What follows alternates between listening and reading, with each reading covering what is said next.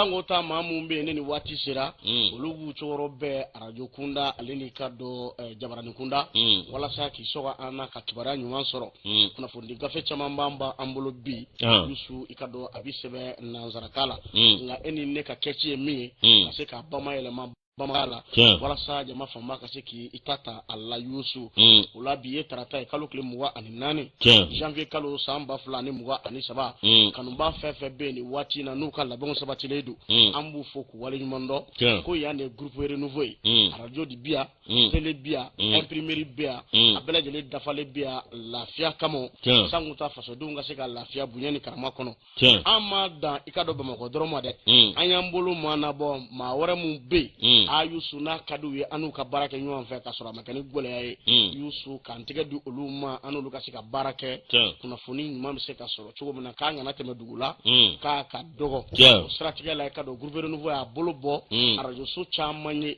mali kono wala sa anu luka sika barake aba hakili jige arajo so fala kerwani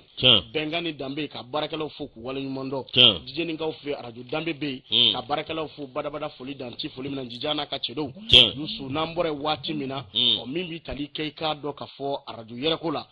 si samara mimbi talike si samara la ambe benge jangine ka fo ninga awole nyumando aka chesiri na ka wuli ka jola faso kanu la membo wuli sebugula ka baraka la bela jele fo ningu wole nyumando amanyine ka do jaman nafa baraka la shiko wuli sebugula na yufo kado anga madam Traoré ikado wa ama foninga awale nyumando danti efolimina yusu nambore ambe tay kado kinyiba kawfe dana FM abujalo ikado kamle zarama ambe afoninga awale nyumando akachesiri na kawulika jola sanga ani watu bela jilela nambore yusu minye nani ko FM selenge ambe Mamadou Dumya foka wale nyumando naro FM passer na furumso ka folili taninta kanyeshi uma minye kado Arjila FM abe kofla chakufo mamtu malena baranyon ku fo ningu wale nyumando arajo daka maraka kungo ka barakala bela jele fo bada foli arajo mamelon sigasu arajo mamelon kebila arajo mamelon tamani arajo mamelon ikado kulukoro nyema badale flene tisa FM konnana ambe bekay kone fo ninga awale nyumando aka chesiri barka ga bu kosobe ali amara silame nunu bela jele fo bada foli ka tisa FM barakala bela jele fo danti foli mena yusu on nambora mi kado ka fo tiendugu la membaw abe kareri konna ko fo jura ambe jura ka bela jele fo amadi danyo kamale sarama ka wuli ka jo barka ka bu kosobe amba fo akatimna njana ka wuli ka jola mi jonga ga FM yele manin ka ku fo ningu wale nyumando arajo doma mi karanga fe ka polini tanuita ka nyesi zumana mani watina ka keita ana baranyo bela jele mani na 40 briko ka foli di ka do genye ka la memba bela jele ma MC na baranyo ikado fana ka fe ambe afo ninga awale nyumando amanyina o ka directeur ko garba be ambe foli di ka do morbo na furmuso ma dante foli mina yusu o nambora ka do fana amma nkunda ka do beladuguka arajo islamique ambe yusu jabi fo ka wale nyumando ana baranyo bela jele beladugu ni watina ambi tay ka do kasaro ka fe nema FM ka kasaro bela jele fo ningu wale nyumando danti foli mina ambe drisafo ko che kurado directeur de programme ayabul do manana de abano amba fo ninga awale nyumando bada foli kado edanti foli mina yusu o nambore mamina amita kado tumia kaufe radio one la memba ku fo ku wali mando abba FM Mohamed Imaiga naka chedo ku fo ningu wali mando arajo wasulu abeka do ikado ka foni wachi na wasulu ka ukufo ambe fulili yanfuila ka bela jile ma fefe be no so limbana arajo bessa ko abe kuchala kufo ikado bintu madam Jawara ambe afoninga awali nyumando ana baranyo bela jile ana deuna modun danti ikado fulimi na yusu o ndambore wachi mina ambe fulili tanita kanyesi arajo watini abarakela bela jile ma ibana jalo abe nyena gana dugu ni wachi na ka foninga awali nyumando chesiri ikado abaraka ga kosobe yusu amita kado segu ko fe madam Bamba afomam kone ka foninga awale nyumando amanyene ikado Drissa Dambiliko numbe ni watina arajo yelini tola ubela jele foningu wale nyumando ikado bada foli danti foli mena yusu ngoni edunga doye ambe kado MC la joie ana baranyo ku fo 88.5 ku foningu wale nyumando ikado danti foli mena Traoré marhaba bashiti la koni marhabani akara kile flaire agaro yi iko ni sebe koro mana le do so madaina ni nyera jigitike ko ni funi safne no to sorata ko yi sorote awo ami kalomina janvier do de janvier do kalo ingagale yu maga kuro la folo ye kalo yi lajosi ki fo ki wali manno ka pleba ni lame ba bela jele fo ka fo ni antikile kuna fo ni kene ka ni ala sonama ka do ba manongo fo la akuna ke kene langolnye mi kuna fo ni ana latigata ninga da awala mebo ani flebo olunye ka anu tloga lajosi awakado minyi kuna fo ni amba tan nanzarakala ninga bama yelma bama ngala no ya anyere ka kai wala safa mi alibi soro chuko mina wode ko nan nasa mi antna bladda grindala ibe kuna fodin folo nyaadi ma mina ni barka e indicateur juru nugo kumana yusu mi yanga finintigu oluka sam biworo ni flasoro anyana jekera mali fancha manfe ako sigida olu fana anyana jekere amita ikado sugunu ngo kawfi abe sigida woro ko fo o nantare jere jekuluba mi sigimbe singa na be wole ko association des jeunes pour le développement de suguningo AJDSI ayusu oluma toko fiu mi yeni ndo yen no be 20 janvier ko fo olu ya anyana mayani nga ke deme ka ta kanyesi anga franje fanga mauma ka nga finitikila ka okulu ikado jija okabara la ayusu mi nyi ikado ka fo yereta akuma fora ikado ka soro bila kote akoni anga jamana yereta ka laje mi nyi ikado wulika jo chama ko mbisina odi kamo mi nyi association des jeunes pour le développement des suguningoe oluma toko fiu oluko ni ndo oluna anyana maya uya nyana maya ninga defa ya ta ka di kado sutam transit amanyema taru turema ale krefe mi 7e arrondissement kado olupmbe akene konnana amanyema danga afamusa balaketa kala se fuka ta se kado sigida manyema umma yusu ni ndo ikado akara dun sangoro tale bare sabula mawbora fa bele jele 20 sugunungo mimbi talike sugu krefe kuru mimbe ukoni ni ndo ngoni ka nyana maya akonnana yusu ni bara bidamne maliko abidamne ni jonjo de na be wele ko hymne national ko ni nye ikado olu ko ni nda o yusu kele ngoro ko ka ba kene demfa kene soro kene demba o fana kene soro no be ikado aishi baba ko fo num bala jele pme kene ngono kene ka asiwara ko sobe parce que ba ko mi nye alfuseni balwe ale mi ni njere je kulu bay ma nyema shifu ntoko la sogoni ngo ay kumata akoni ni ndo yereta ka laje samba kele keme kononton bi woro ani kele o yusu ayanga yereta baro sigi singa mi nyanga fintiga bara yere konna na yusu kama dogo mashira odi kama deme atikoti ke fiu o mi kado anga chefini tabowe kasi ku deme ukabara la ku jija ko mashi kana salia o bara la ku ube bara mina an yesu ni kle wala saka an ambolo fam bela jere la kana o no luka do sera a kolu donon dede ko malika do de do o kaka anga nyana ma bela jere fe pare no be defa ko fo ale pumata no ye tairu ture akoni ya jira ka fo ko ni ndo nye dombaye o tashibla do ka nyesi anga findikila ka uma abela jile afasu bela jile yusu ku fo ku wale nyuma ndo ni ya me inyona pumakela te ni ya me inyona barakela te do de be chenje koro do de be ka do kle koro do de be sangoro mimi kolosi ki ka baro bela jile sabati ye lakana sira koninga o ko ka findintigu fo ku wale nyuma ndo mamu be fonga la sangota me wati mne na fo sisa ko minon woni mikana wati mina ni nyana ge mesina wati kele ya soro minon mika jige anga jamana konnana do warate findigu be se ka jija o kabara la chugo mina o ku ko ni mbedde meni deme konta sanga ani watu bela jelela ka nyesi anga findigu ma ku ka doin ka se ko robe nyana ma ya faso dum ve ko demba no yi madam Touré Aïcha Baba Keita ale ka do force satef civil ama nyema ya akoni pumana ako minye ni ndo nye aka na korobi nywana de nga nafaka bo faso de bela jele konima ako bela jele de kanga donc a fo ika do anga fintugo be joro mina bi be chesiri mina ka do wonde masila uni de mekaka sanguta anga franje fanga maw nga a kanga ala deli franje fanga maw be baramina akake sangorota ni kuna wole ubolo be minyinu fe a ku kana sirabla de abana quel ne déroute surtout pas Yosu force civile ikado amanyema mi yekado madam Touré Aïcha Baba Keita akoni ajira ka foko chesiri mi manga fintu la bi a kukanga foni ngo wali mando no luka do koni sira a Yusu ko do kunyana maya koyi woni kamo ko bela jile koni wulika jo koni nge wala sa ni ndoyi abseka sangoro ta chugomina ko bela jile ta nyana maya ikaferela bela jile ta nyana maya buye ani karama konnana adama jabate ni nyale ka fasiri ako association des jeunes pour le développement de Sogoningo na ma nyama Alfuseni Baloye ayusu ko ikado amaw aka wuli ka job barka boyna ko sobe ku e 20 janvier sibo ko nyama ya abana ho anya sama ka bayni gater ko no indicateur ni alebla la jos ne be mali tribunta a demo péage olu awakado minyi ukalla je badola minyi president goro mimbe no Alpha Umaru Konare na le sigira kabini sa 1992 fo kana se 2002 ni jati mineke ni ba ka fo didonga parti no adema awa minyi Alpha Umaru Konare kwa ko nga manja ati robela jelela ko ma resata makamme mi nyere la ningenenga kenen zigile wati mina awakado nyinga gela koni ulu nyingali ke mi ka jira ka fo ikado Alpha Umaru Konare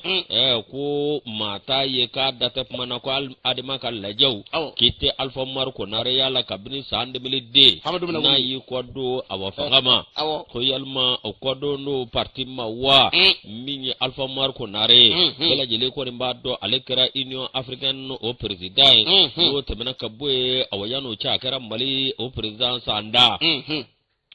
mako ni mauti kammi va munya ma be nywanyi ni ngamina Alpha Umaru Konare ka fo ki ka ye kene kan wa ikado ko kabini samba flani muga anifla Alpha Umaru Konare na yi kodo fangala ko ma ka fo kwa e boko fla de ke awa mako ni minye mi kado jabara ngore ya no ta kemme na fo mali wari tunu mes amedumine na fo Alpha Umaru Konare minye aboli dokera san 2009 wati mina awakado akapere ministre koro dobe ni akera awakado minye aka conseil spécial sa 1996 minye awa 2000 manezirebe awakado nyera la ko Alpha Umaru Konare ataka ke awa premier ministre ode ko nasa minye oyere kan tanyana mi bela jele ko mba do Alpha Umaru Konare ka boli manchanga do ayira keneka no temena ka boy minye anga jamana nyema koro ni oye Amadu Tumani Ture alaka hinala minye alaka daro nema ya ka faras la meshuga minye Amadu Tumani Ture andanyane alimi Alpha Umaru Konare norobla ko mawye Alpha Umaru Konare awakado janaja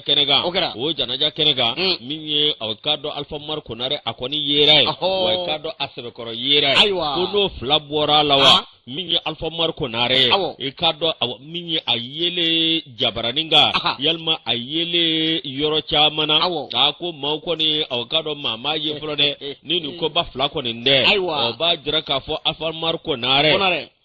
mi marima jajara ko foi ko nde uluni Alpha Umaru Konare ke wa parti awaikado Alpha Umaru Konare ka awat aliku abala sana ani wati ale parti fondenye minye abada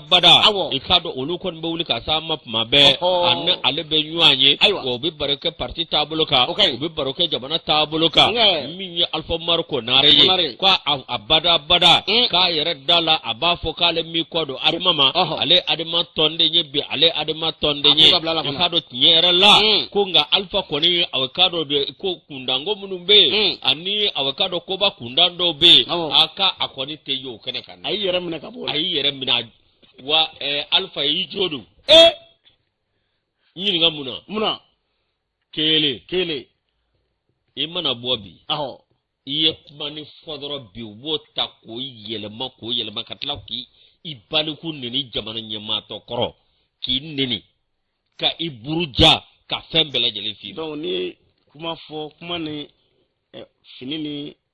kurushi be dafale be kuma la nga ni ya ye bolongono eleni alangolodu ba be boala nu dai o sana amano go kado muso maya ko bebe babulu taro kuma yelema ko ke kodo ngali bina gwana o kuma mi fo wa bi fo kro o du pa mi fo kamni samuri yere mabangi sogo kumule akwa bo mangone ala ka nguna ga ami ase ni ale ka fasire yusu indicateur jiro nouveau pumana ako min ye ka do mamu nolu pume kasola nu ye kaso boda koni kari nu bora ka do sirawara koni ve parce que ba ko kan en kon nana amadugo ma ashila kari do kalo kile muwa ani fla no be janvier kalo ko fo sa amba fla ni muwa ani saba o yusu min ye ka do ko do kono udola kelena o ko kile ngoni minana brigade ma fe senu ambe wati minena fo sisa kibara koni bora ka bi ko finitigi fla bonyongo pour mumbe mugoro ale ni kuse dumba mugoro nunu ngoni ko jala kitambe ku segere mamu nolu ka bara kunye ikado wari fale ko nye o ma flamu nu tununa kabine desamuru kalo nu so ma kumbe kunye ni fa fasugu belajelela o yusu ko lu fure de ko ndara ye kulu korosirala amadugo ma shila o semve ikado segasegalu de bara na bonya o manu nu ikado ni were ka jala yere taka ni were taka laje iba ka fo doy deuxième classe doy caporali yusu o tikena na danu nu de ka foko nu sembe ekola o minye pursela ka olu ko ni ma mine ni e finindigi ye o yusu finindigu ka kunye binyana bo romina ibenye sinde yoro la wala sakati la sagoye abaro be se ka sabati to mna jini bela jile na atemesira ko ndom o de kamo ka do sele lu bulu dale ni nunu na ajira la ka foko so bingemo ula nungu mine ka tia nu ye ikado ka foka emo fe o yusu o mine na ningu o datugu o fasirike ba ko datugu le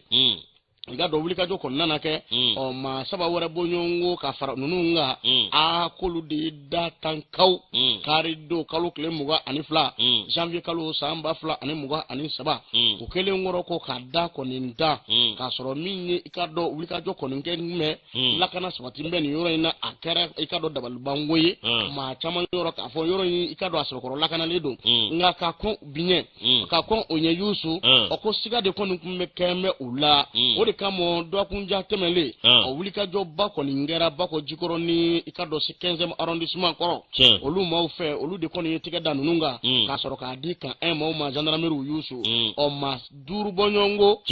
ulla sagole aku ye kasubo dakare ni wal mo pana chugo ma to o kata morika yininga ejuma ningo kale be so itaka bo France mande princesse ya ugo do chu salve goro mande kubi ugata yininga tagla yaguwa mata do ne ejina magulo de waga cheni ma jino ornia derge so bayni de comédien du jino ga te ale re jino ka te billahi e ko tugudi tabari fadre ka de karido bita jino ka temi abana abaka kunyuke bali boy baro akama jino ka maître de cérémonie ne ya jije cheo ay baro bina akama me do ka do ko karamo do ba ali bulu ko be samba kele ni ko boko de bitoka warda alema u te beda butoro ya no fen unu borla jala de borla jala atoka mo bla bor presse la ka a sebe koro foki nyekumu ote mana no nyekumu be fembo gimana ma nyekumu chugo hala ese kuma fo mauta se maroyo dore fasi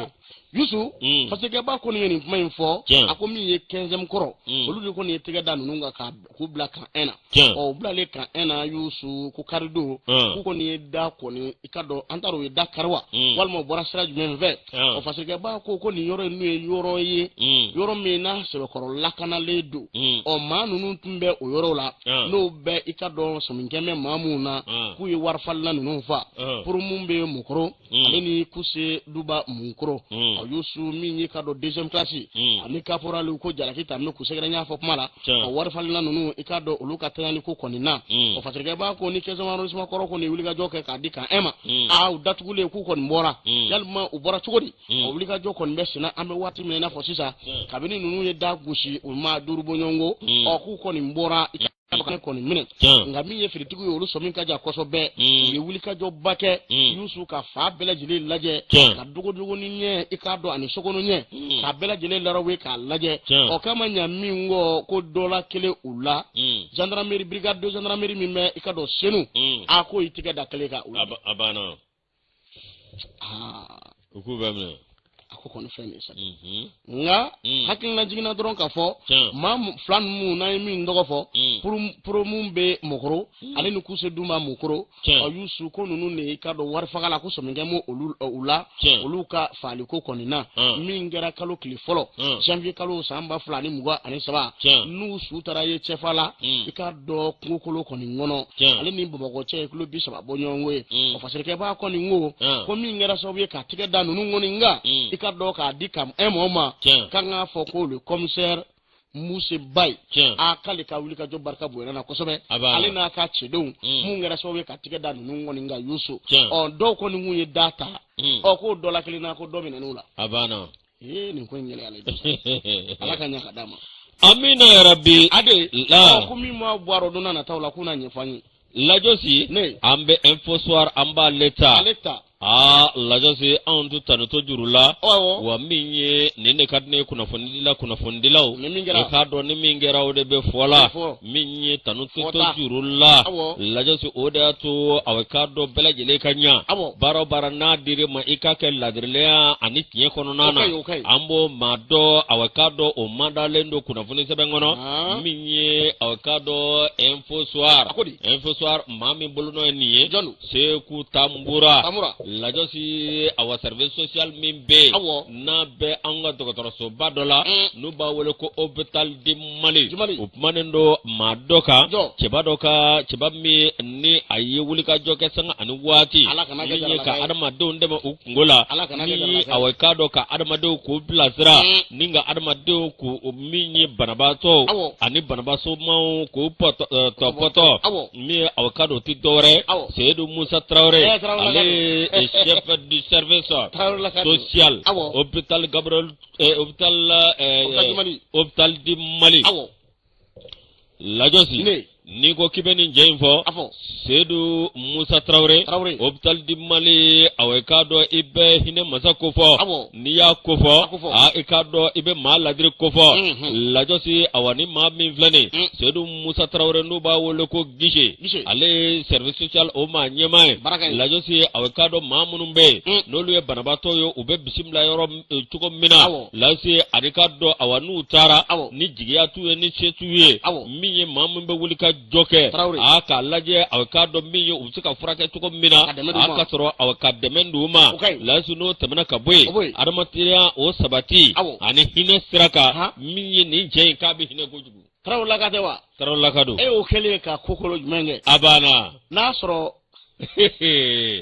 o de ma ko tɛ na ala ka barika di la ni jaralakaw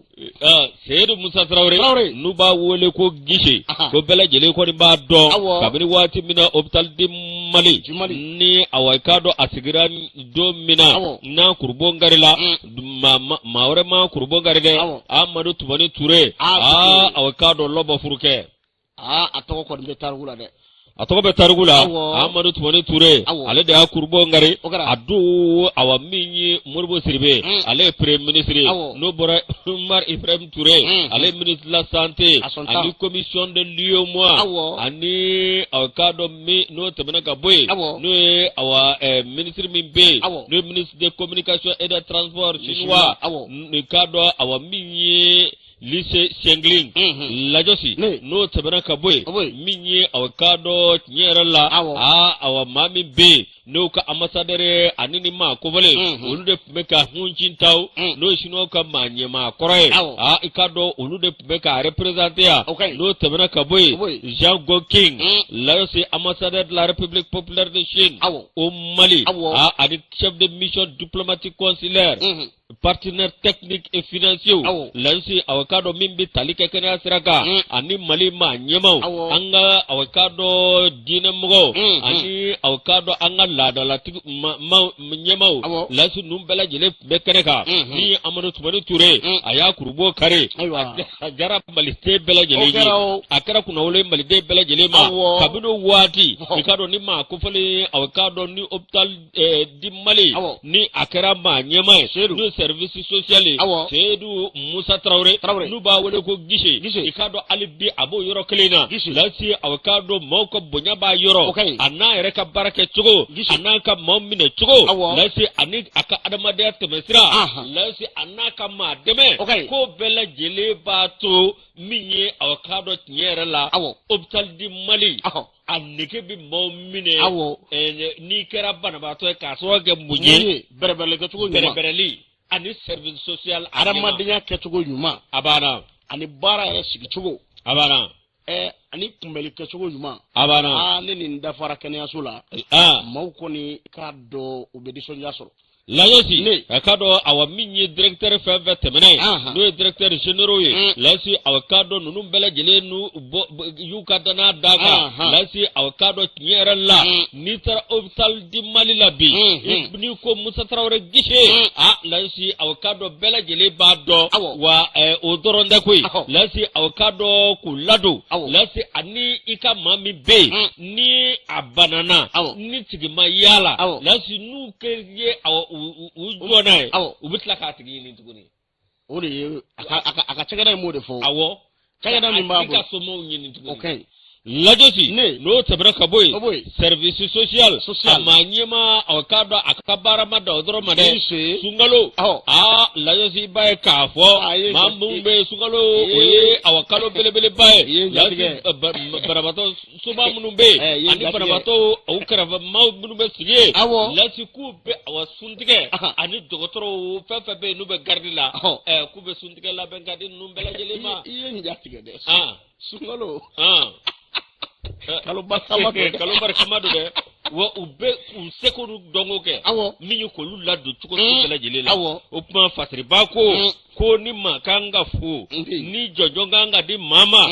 ikado Seydou Musa Traoré hospital di Mali kani jonyon kaka wa minyi ani dana kaka ani bunya kaka bo awkado ubafo anga nazarakana l'homme à la place qu'il faut. L'homme qu'il faut à la place qu'il faut. Voilà. Lazi, ubo fanga nazarakana, minga kani joro miye, o joro kadoma, wako ni joro, akaga nae, abenana ifana. Abenana ala kanguna ja. Segu tamura, yale ka fasiri, hospital di Mali konosa, ambe awkado Madame Kulubali, Fatmata Jim, ambafu ka wale yumando. Okaga. Hospital de Mali kono ale fana muso cetile mbay amen ne fo docteur Soula ni mala dunkanya abana amase yere ka kuma abana be ka baraka chugo nyumambi ko abana una nyono ama fo docteur ya alibi u ka do fara cesirika no te docteur So do be yusu dona na tawla anu to fa mawe koy abana muso lasriba to do ere ko ni mako ni o docteur So to ko foriye kika ni ka ko mayna bo kila na tay akati ba reso anga hospital di Mali bori na sega li bolo yera la bina gabi Musa Traoré gishi ajoro ngolo fa wa joro min kalfara la yosi abeka joro ke na fa yin na chuko min o de kayo vanti tan to jurula yusu ka fo ka wala nyumando ka do fara chesiri ka maw nyebala ni barake ka yan doron ikado maw bisoro mu nyebila no be kitanu kerefe ikado ame kuna fundila fo ko wala nyumana mta sugula ammi ikado groupe commerce baraka la bela jele fo abla maiga ka fo ninga wala nyumando madam Diallo ka fulila si amo pharmacie kurwa vertila anga madam amma nyene kado kanya aja sanugo ko zerni na ngam sokorba nyumado minyi kado adam sisugo anga musokorba nyuma meto de magam sokorba amma fo banangabula madame Sal tanti jaba ka fulla si amani wati Sal ikado ka fu kitasigila yusu anga sense anga ta kaiba jabate aminya ka fulla wanyando edanti fulimina anga ta sugula go gazibe mallan gazibe kuma anga boti anga bo yusu ambe kado sedan marketa fu l'enfant de kita bi réalisation ni wati na amani ne kado fu sen dawko l'enfant de kifoso on were hakilla ko nege krafe drone bama mabolo ya jabe chesir la krafe ama fu flan va aka sugudi ayde eko chugudi bami ndogoni ndo dara bengedu eko chugudi ya famio maragache edwani ndo eko chugudi bana nga bana emyanga dewa emyanga doge ala ka kunaja Zinabu che no ya ndo amuso che o tambranga sa tambranga do Mamadou Zer Traoré ka foni nga wala nyimondo tabani fasiri Yusu metmani fasiri ikaddo ni dongdala ya foko gazi be marila aga gazi bi Yusu ntesa ako dambe akade ako jonya johorobla DGCC parce que ba ko nungoni ni kaddo manada an nyala parce de chama bela jele bora ako kalama ako ni DGC reta ka laje bi a gazi go ta fanfe o yeke wara min dif songola o Yusu ka ti kala walya ako ni tomba ayrema ka soro la celu do karani hegli bala décembre kalo kile muwa ani kire Cham bafla ni muga ani fla min tigano bla kara ministry fe min yesini me izini ko konima ani jago ko konima an jamana kono ko waya jira ka fo min ye gazi klo woro o Yusu ko songo do be ka kana temo o ka fiu o no be ka do wa cleaning do ni ngufo ngambe domine na fo bi Yusu a ko nte san songo ko ndambe gazi koninga ministry sigimbe fende ka fo DGCC anyema o sigimbe fende ka fo faso do ngoni adaga kolo de chimbe olukun bi bare sabula min ye ka do ka fo kulo de be fa bela jilin fe akoka kun fora ko min ye ikado ka fo wa kele ani keme flani tamandamanama o ko gazi kilo woro nga ambe domine na fo bi Yusu a ka konintambe ijo wa kele ni keme duru wa kele ani ikado keme nani abana nimbe sina adugunte machila ministry ere aklubana ni wati na kaba ko konindo o na manya ka fo abe sharauta o ninga seben papier ula ka fo ka titemeninga ka jigudugu kona kata laje abi chugo mire ka do ka fo jamana konna na Yusu nga nunu ngoni ngemme kusiki ka ko koni naje o minye faso do unye bembe bekeme ki wasado fed mena bi a ko sharbo de abana sarabu o ni sharbo borofla obi soro danu wala kasoro gazi barakle o songo kachani sharon borofly Yusu o manchano de genu gazi ko ni tikilo ni wakle ni ko flani godo sarbo bi wakle ni o yoro do la yoro la kemishigi ni kemishigi ni kemishigi ta kemishigi fly jole wakle ni kemo woro to yewa ni wakle kemo woro e gazi do ba fere wakle ni kemena do ba fere wakle ni kemeduru mai o de kem yoro be do bi de bo o shite problème atefa te normal gazi tefa kabini gazi bora kemenani na malion ni kaddo here ko num farala o Yusu a gazi da rega akara chak muro jara ka kledi ulde ala se kema wala nu ma laje o chendo aya fo ka temeninga nga uka faka dama kemene fadire Yusu parce que ba ko ni ngemme kan fo nga jalaki bitaka bla jongoro ministry mimbe no nyesimbe jago ko ni ma ikado Yusu jalaki bitaka siga ale ko ame wati mne na fo sisa o barsabula oluko ni mora kala sele minge ka fo ka temeni waringa o ngambe domine ko mimbe do fara mboka olu sigi meka ko naje oni DGCC a faso don ku fo me ojigo ko ni chagada ina bide o ni ku ereta kalaje président de l'association des revendeurs de gaz bitan no beka do gaz frelaw oluka jereje kuluba amanyema aliko ni ajira kale mafoi famu ministry kala selina bana ko ni nge mingara kale mafoi famu akoko ni ndala ba me ministry flami baro ministre de commerce ni ministre de religieux de culture ne baneno nu flare dunga fa angon me min fo nunu ngono ukanga nunu noro bla ready jong ala ama fo asimi ukala je ni ministry ni ma dumun goy na je balo ko inaje balo ko inaje che chogo te jamana ko goy sungaro be ki sense kana sungaro be kemen mbisa bala ala ka nguna ja kabat se ga sambi amma ka chogo di Yusu fasirike ba ko min ka do jereje kuluba min be gasi barakelaw togola o ga ferikelaw togola ngapmala o Yusu ko ni ya jira ka fokale ma foi de famu e ka do ministry ko ngala selu ko ni na communique min na ya afo o ka ko ni ya ka bita ka nafa anaka ni ma wara nyonje kono te ko lutu yere ya akoko ngonnana ko bari sabula ko to warate japmala ko koy o ko ka fon weli utogo ko na Yusu o ko gola min be bi o ko bela jile ko ni nyebe akoko ni na on ikado chageda do be ko nouvelle structure de prix on ni ikado ka fo songo yere jatemine be Yusu ayoro do la akeme ikado ka fo noyai ayoro do la gola ko ni be a mi ikado ka fo ajirala ka fo o yoro do la mamu mbe no ya Afrique bawiye Yusu o ko lubita ata angorola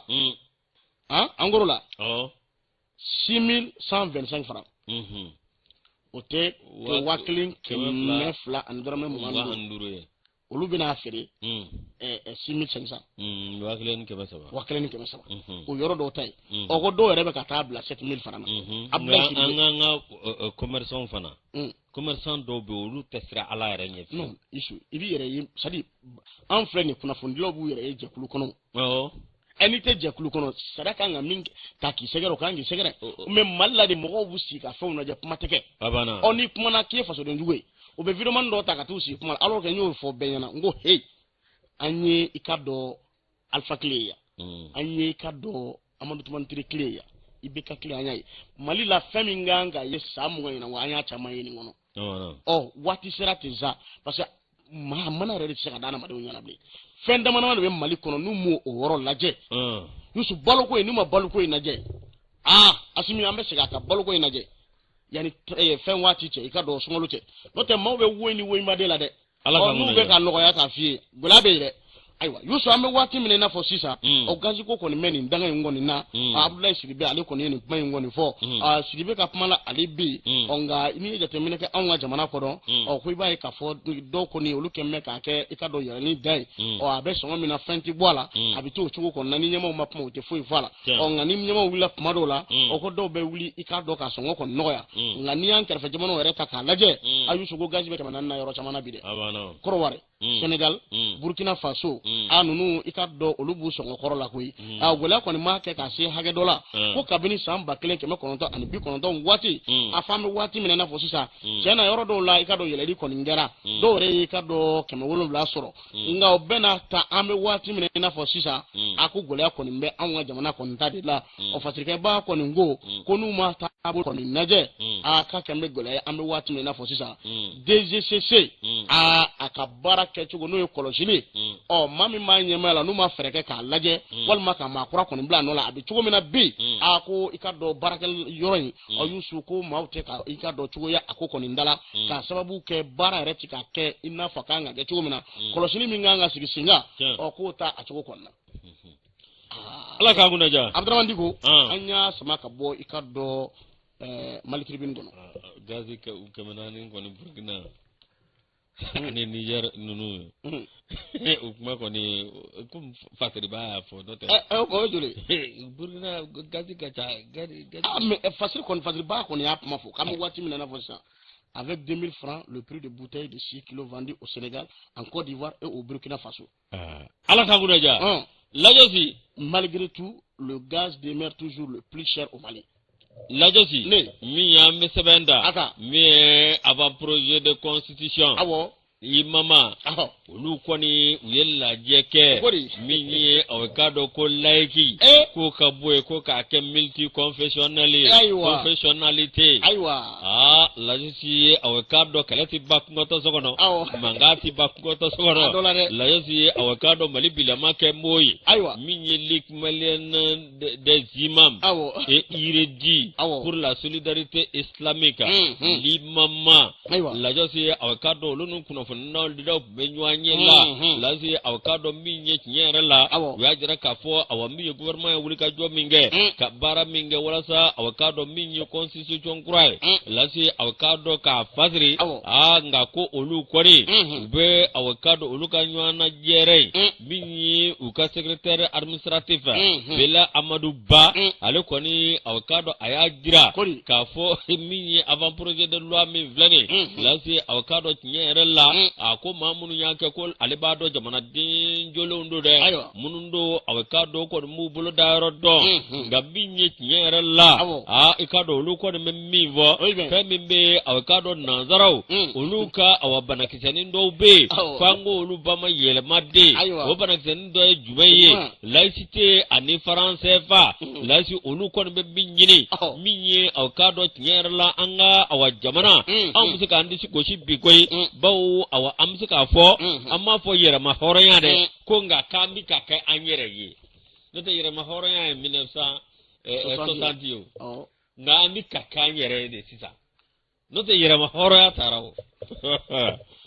lajosi min ye tigiya sake yere tigiya aywa lajosi min ye avocado ni min vlene kera la constitution kura me kasige almamu ko ni avocado tinyera la ka wele ke ko multi confessionalité ko ka kwe min ye avocado fa min bi talike gagné temps ani segina no paragraphe yi lasu avocado mbinye ni ko bela jeleje olu koni avocado ngada madebe sabati chukomi ninyi avocado farafina atlibi yamba fea layosi ani awje fa bela jele fe mbinye malide ko bela jele ko ba do awa mashita awa mi islamia ako nyefo malide blede malide ko mi islamia do wa bela jele mambulo dairo do amma sen tairo do lasu odu konan nasa minye tinyera la oluba jira kafo ko mali ko 95% musulman lasi avocado tinyera la ko avant projet mi flene ko laïcité kuma ko bla ko ka ke multiconfessionnalité mali ka bana jugara anya faransi bamanan furake ka farafin furake sari wa bu furake nugo un sanjoli de Mali, un sanjoli kan sigile no islamien chrétien blonani faso olu mugo be daso sa un sigile be anyanga ko be ke nyogon fe mais mu laïcité ko kuma de kerasi sasa sarige di munu mbala ko ka ke sharia olu ruga argument mais mi ma ansira na ofaranye munu kebe ka antoro bi nolu be ka fagali ke bi olu ko kufo ka sharia de ke kati dogo islamia briefing ko olu ko sharia opon olu ko sharia jamana den do ko sharia ako tiebe me jamana den fankele do fana ko sharia te ke kanga to kura ko laïcité blé kurane sharia babo ko multiconfessionnalité de la kanga to la bo anyere ta do mindu mbali nyaga bineno bi o ka ke alakama nin ko sugu na mago ten na folo nan klara jugu la mami an de baba an siga ameni puma oke donc an sika kan yere chugusila tange ni ko ni numesina ala kanya ga dam do bala ko sharia ko go boli ali che uka maga Messi no ni Cristiano wele utara ballon tay ko sayna iya ye ko ni katla ka kupo dlan negela kupo te jirimania umbo dlan negela ko diwa ka woni uka albamu ni mbasa ko woni Cristiano mediwe fotota anuka arabu nyema baw ule fotota ne jene nyema bamu be no lula ko do le bagu uni wunu be fotota o an fa no ko foto haram yale no idu tise ka ke malde ni makarante ta di ma passeporta foni ba war fanal warla wa nazara ko wardo fotota warga nazara ko wardo fotota lardanga ya gi balo sana flaje papisi ku corbière glan corbière do saka di vidéo do ma ko lu ko ay ko no ko lu tafa no ngo ama wardi he bisman waraka fo ay na kunya ke wari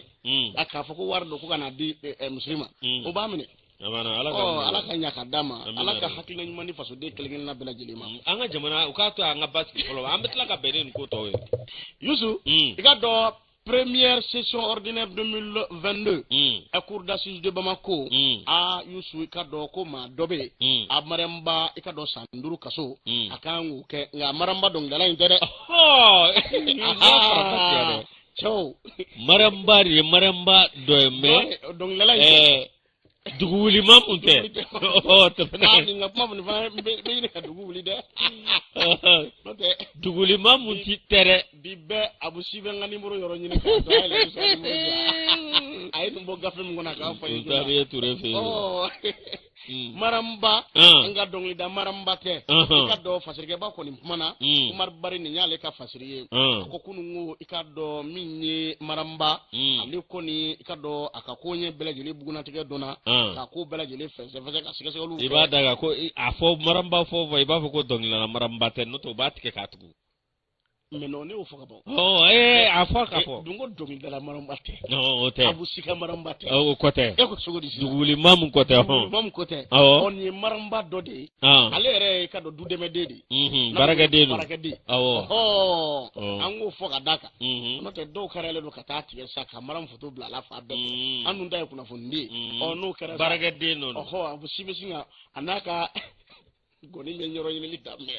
baraka de loro yusu e ka do maramba e ka do ko sanduru kaso ka kango de ke dudeme dedo ni baraka dedo yusu o fasirke ba ko kibara ko ndira kabini samba fula aneta ani konondo maramba to yin aka ni e ka do ka fo gardien do menyu ambulo e ka do kanu sirafe moko hageto no to ko burama o anoko ni ndura nyu ambulo ka to wati mina abe baraka diala e bako jigoro ni ase konna o yusu ala nana ke ku geresige nana bo o ko konina o geresige bole akoko na o ni baraka de ka do na geresige soro ka suna di bichaya o minye ka do patron ali fana bi shira dama ko shisana ma ko ni ka suna kacha o atinya mingo e titi yere siga na fembo wa o ko minye ka do ka fo baraka la patron ali fana shira dama ka tara atanti do fe yiri majo o ya soro ala siri ba to do fo ka ta se ka do utikalo samba fla ni tani ngono ndo aka yere soro ma no yijigini ngoni nye o kali ngoro ko ka ba jigine o yusu ika do ka fo ko minye abe atande min fe aka o ko ni ajira ka fo wati sirasa ikata so to go dala ika do an bla ka ta idi isumo ma o fole maramba sirana ja ma mine pembe abulo o ka do ka fo ka dugu ko ni na o asale do ka kunga di chedo ma ona ika do gweresiga na nasoro ale fe bamako ya burama ka gweresiga o ni ale clara katani de o ka bi ke gole abai amo o de kamo miye tenendo kalo kale bisaba septam kalo samba fla ni tani ngonondo maramba o yusu ika do ka koni sulla ka bo baraka de ka bina wuli ko ka tayiri majo dokotoro sula de ka bolo chi ko balo sigi singa ja o kera ka soro hakilna do be ka willa ka se burama koni la jole do o burama so burango ka ne tatede abana kamno fora ako jenanye jene ba ka chugodi ukanga utopsiko de fenge ala fenge adeni ukanga ke malla anabe ukake parce que abe kono da baraka dona abe kono da kumulotola katla ka fo ku note ni tesadeni go be wafo boni go ki note na ye tesade na analyse ke na yera ka fo ki nodo santa ka so dongoro bisabi goya abe furuka dima abe furuka dima jako ya ka possible ko dongoro be sanormeri mo figa muso tege mne iba tege mne ka afuru jagwa ni mu ko eta anga before du deme doni ku hakle tu yalla bongo fana mayne meri fadir kamem ba don ne kadi ko bongo mayne bongo mayne salfu nuni jama jigin nuni fo luka tab mogo ya ça va c'est savoir lana konda malien parce que ba ale koni o foko minye ka do marambaye o ale wula ka se brama mo ka foka la sriba todo ko brade do brango kale tate o koni ngera ka ko gwele adeni woni mblo o agwele na ka foka reso ba koni wula ka bita ikado ka fo buru ti koni saka jaja yi ikado ko do sigi singa no ba wule ko plan o ko min sigira singa o ti dore o yusu ka bita de koni bolochi o bolochi oro de lasa ikado o minye jiwo sra o ka sina ka de ni wala ka ko fli ikado o dinga zano yi o yusu jiwo sra koni na o fo ikado jigbando nana o kana fe de nguni ni mato o fatige ba ko asigina kataso o minye atanti o ko ni da yin nga ko karsha o de ni mi bolo abe mi aka ma kuma jole fo ale o kuma jole mi no ma fo tanti yi fana wula ka se 13e arrondissement mo ka fo ikado ne re balmake demuso o apmenve ade kuma bolo o nga wula kapitani de dotoro sula ko ata bolochi o akoni kele na de maye o anya nyin nga chugo bela ka do klola ka do sbela o ka do kama se ka nyefolige o nyefel jonyo ma soro kuma na ne na ka na nyefo awie au ka baga ka laje abdanga mina ulu kuna ya sege o ja ide ta ka african boko Allahu akbar olu fana wulila ka taa yɔrɔ in lajɛ ka taa sɔrɔ den kɔni bɛ yen nka a tɛ nin na bilen fɔsɛtigɛ kɔni kɔnɔna na Yusu min y'i ka dɔn ka fɔ sɛgɛsɛgɛliw nana boloda a ma ɲɛ min kɔ k'o tora kiiri tigilamaw ka bolo kɔni nka kununko de u y'a ko bɛɛ lajɛlen fɛsɛfɛsɛ k'a ban pewu a jirala k'a fɔ i ye denfa kɛ denfala i ka dɔn o kisɛ ye min ye kiiri binna kun kan ko san 5 kaso k'i kan k'o de boloda san 5 kaso marama b'o de kɛ i ka dɔn kaso kɔni na maramba min don bɛ segin a kan dɔnkilidala maramba tɛ dɛ o tɛ dɛ dudɛmɛden maramba don baarakɛla maramba don baarakɛden maramba de don a kana na i k'a dɔn ni n kɔrɔkɛ bila ɲɔgɔn ala k'a minɛ ya abusi kɔni i k'a dɔn Umaru Bari nin y'ale ka fasiriya min bɔ indépendant kɔnɔ ka bi bɔli lase min ye an na bita da an bɛ filɛbaa ni lamɛnbaa bɛɛ lajɛlen fo min ye k'a dɔn an bɛ foli lase Atrosi Aluja mon PDG an b'a fɔ ka waleɲuman dɔ sanga ani waati an na pièce feerela don Baseginɛ Keyita Ayida ka Baseginɛ an ka Janginɛ Keyita fo Gawusu Magaji an b'a fɔ ka waleɲuman dɔ misiri kɛrɛfɛ ale pièce feerela ye ka taa se Mala pièce ma n'o bɔra an bɛ foli ani tani an b'o lase k'a dɔn Madame Dumbiya Kajatu Kamara an b'a fɔ misira ka foli lase Tanti Awa Jara ma Ɲamoyi Ture an ka fo cité UNICEF la ka foli lase Madame Mare Tanti Asuma Madame Sise Fatumata Ali an ka denw ba Ɲugutu Damba Kati Malibugu la an ka fo ka waleɲuman dɔn an bɛ ka dɔn Yusu Ayidara fo ka waleɲuman dɔn a b'an fɛ yan Bamakɔ PDG entreprise Yusu Ayidara ka dɔn masigikaw ka Yusu k'a fo ka waleɲuman dɔn a n'a ka denbaya bɛɛ lajɛlen an ma ɲinɛ Lagare kɔ an bɛ ninnu bɛɛ lajɛlen fo danti foli min na Yusu min ye ka dɔn sigira yɛlɛma ɲɛma Abdou Kulibali ka foli lase a ma nin waati in na badabada foli danti foli min na Fale Jara Sokɔrɔji k'a fo ka waleɲuman dɔn Fale Kulibali k'a kɛn bɛ ka wele bila i ma k'i delila k'i ka taa ɲari la ko bɛɛ lajɛlen labɛnnen don k'i ka taa an bɛ ɲɔgɔn sɔrɔ kɔfɛ an bɛ taa kɔfɛ tuma i tɛ sira labila an bɛ taa kɔfɛ ayiwa kulobila an b'a fɔ ka waleɲuman dɔn danti foli min na Yusu n'an y'ale foli Sibote Karimbote numéro 2 an bɛ foli di bɛɛ nɔgɔ ma